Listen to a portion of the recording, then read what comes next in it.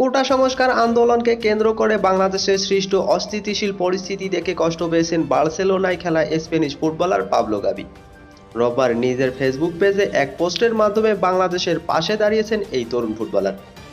Facebook পোস্টে গাভি লিখেছেন, বাংলাদেশে যা হচ্ছে সেসবের কথা শুনে আমি মর্মাহত। আশা করি দ্রুতই আপনারা এসব কাটিয়ে উঠবেন। আপনাদের জন্য সমবেদনা।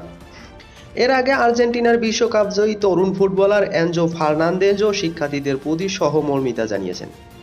ফেসবুক পোস্টে এনজো লিখেছিলেন, বাংলাদেশে আমার সব ফলোয়ারদের বলছি, আমি তোমাদের কথা শুনছি এবং তোমাদের জন্য প্রার্থনা করছি। উল্লেখ্য, কোটা সংস্কার আন্দোলন এখন পরিণত হয়েছে এক দফা আন্দোলনে।